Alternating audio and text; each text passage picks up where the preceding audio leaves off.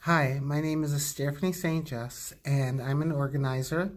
I'm an Uber and Lyft driver, and I've been so since I think June 2015. And at the time when I started, we were making, I think, between $1.28 to $1.15 per mile. That was a flat rate for X. And today, I'm making 60 cents per mile whenever I drive X. I keep on saying, Uber and Lyft is the only business that you can be in, and the longer you're in it, the less you make. So, the reason I came out to California is to help out with my family. And then after I had a family member, my mother passed, and then it was like, wow, now what do I do? And how do I support myself? And I'm 54 years old. So it's like, what do I do? And someone suggesting, well, just to get income, just to make money for right now, you can drive Uber and Lyft. And I was able to acquire a car to drive, and I joined Uber and Lyft, and I was on the road. And at the time, it was such a godsend because I was able to take care of myself. I rented a room somewhere because my family is dispersed since. I was able to live. Now today, I'm making half of what I made 3.5 years ago. Half. Now, how am I to survive? Well, I can get another job. Yes, that's true. But this is America. Just because the answer to, well, if your employer is abusing you, well, you can quit and get another job. But it's not that way.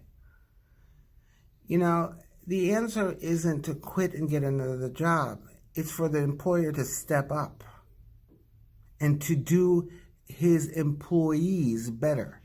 Though we're independent contractors, I understand, but I was an independent contractor. I was a real estate agent in New York. We don't get to negotiate anything except for when we turn on and when you turn off the app. It is all dictated by Uber and Lyft. They have all the control. And I don't know, but when I was an independent contractor, I was able to negotiate my pay. I was able to negotiate terms of the contract. But we do not get to negotiate anything. We're in no way, in any shape, form, an independent contractor. It's for their convenience, not ours. Like I said, I saw a sign in McDonald's down in Santa Monica that said you could pick your own schedule.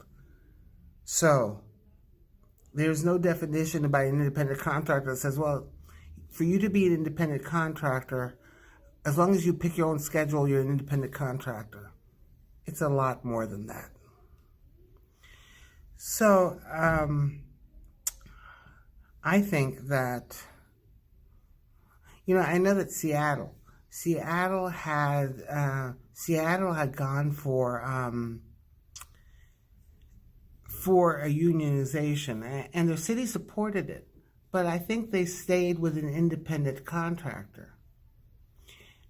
Right now, according to the laws of the land, only as an employee do you have any rights. So I was one of the group that went up to Sacramento and spoke to the government officials.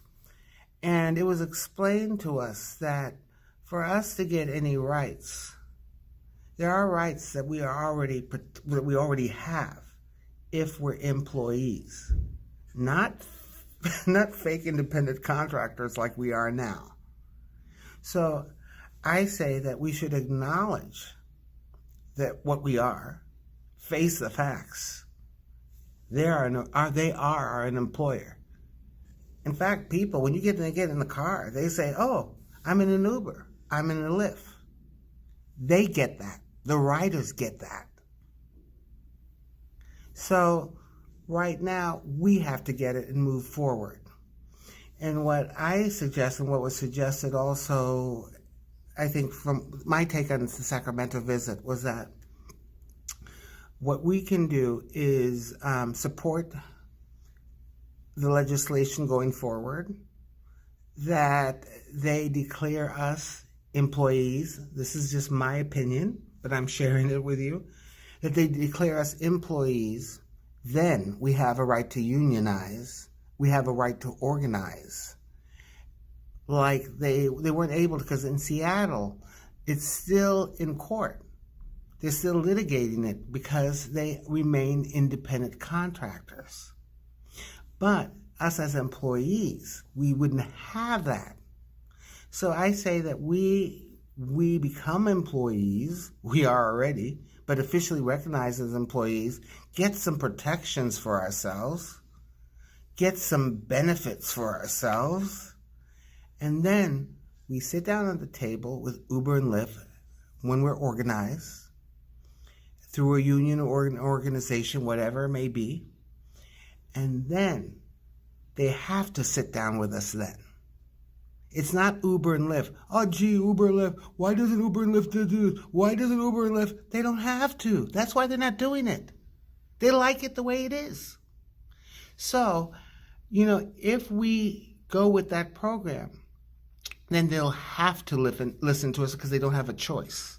And then we can start something if we want to be independent contractors or some hybrid of employee independent contractors, then we can negotiate how that will look, how that will operate. But it will be we, not them, dictating to us. So, well, that's all I have to say for now. Okay, I hope to see you out there because we need your help. We really do.